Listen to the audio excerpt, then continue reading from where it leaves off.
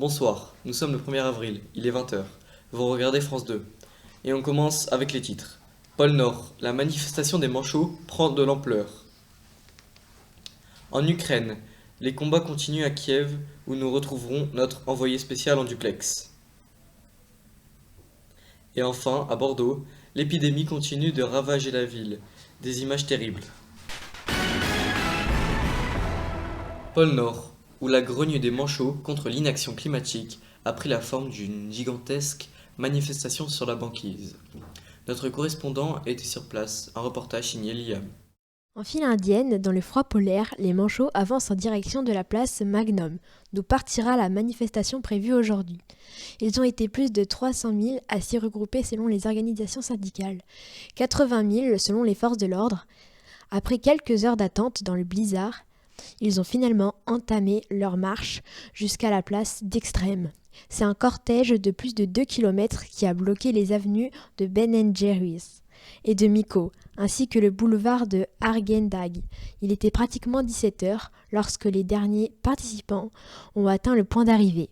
Et on retrouve sur place notre correspondant en duplex. Liam, est-ce que vous nous recevez ? Oui, je vous reçois Tristan. On est en direct de la manifestation des manchots. Cette manifestation est plutôt calme. Il y a beaucoup de manchots. Peut-être un record de manifestants présents. La route est bloquée et les habitants ne peuvent plus circuler correctement. Quelques policiers arrivent sans leurs fusils pour essayer de faire partir les pingouins de la route. Aucun dégât a été causé et beaucoup d'habitants sont partants pour l'idée des nombreux animaux.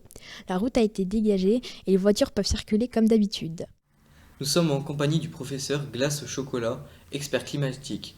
Professeur, est-ce que vous pouvez nous expliquer ce mystérieux phénomène ? Lorsque la couche de gaz diminue, la pénétration des rayons solaires dans l'océan est plus intense, provoquant un réchauffement des eaux de surface.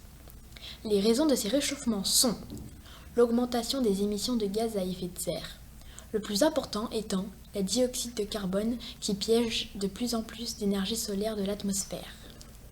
Ok, je n'ai rien compris du tout. Sans transition.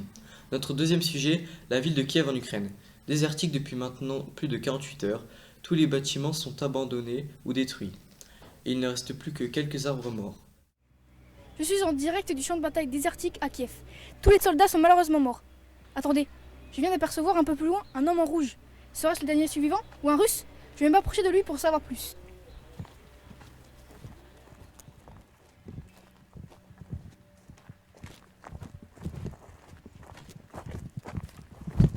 Bonjour monsieur, j'ai une question pour vous. Pouvez-vous y répondre ? Oh, laissez-moi avec vos questions d'abruti pas fini, je veux juste aller tuer le président qui a détruit mon pays. Comptez-vous aller le tuer tout seul ? Oui, et même tous ses alliés, et tout son pays s'il faut. Vous êtes bien optimiste. Comment allez-vous y aller ? Bon, laissez-moi avec vos questions, j'ai du chemin à faire.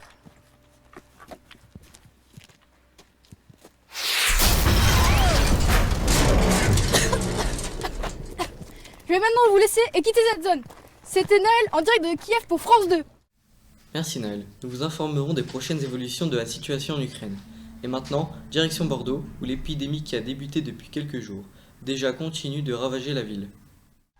Bordeaux, une ville de lumière, classée au patrimoine mondial de l'UNESCO, ses rues, ses façades classiques du XVIIIe siècle et ses zombies.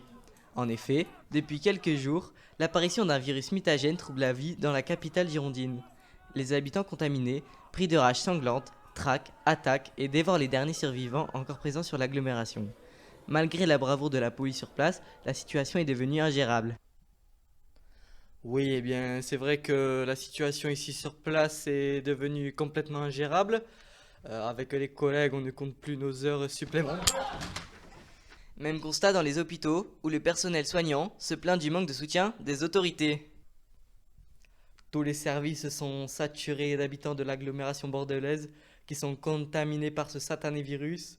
Le gouvernement ne fait rien pour fabriquer un vaccin qui pourrait peut-être sauver la population.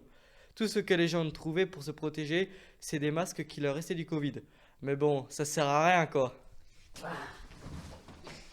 Et n'oubliez pas de vous abonner à notre compte Twitter pour suivre le nombre de contaminés en direct.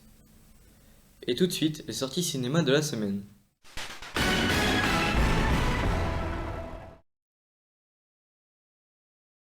Il n'y a pas de seringue ? Oula non, mon pauvre, c'est l'hôpital public et on n'a plus à rendre. Ah.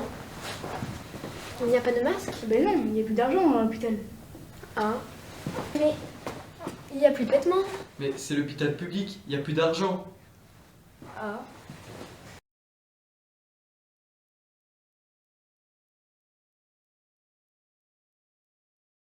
Où vous étiez à la nuit du 27 septembre? Ok. On inquiète Piétine. Aurez-vous l'idée d'un suspect potentiel qui aurait pu voler l'argent de l'hôpital? Mais sortez de ma chambre, nom de nom!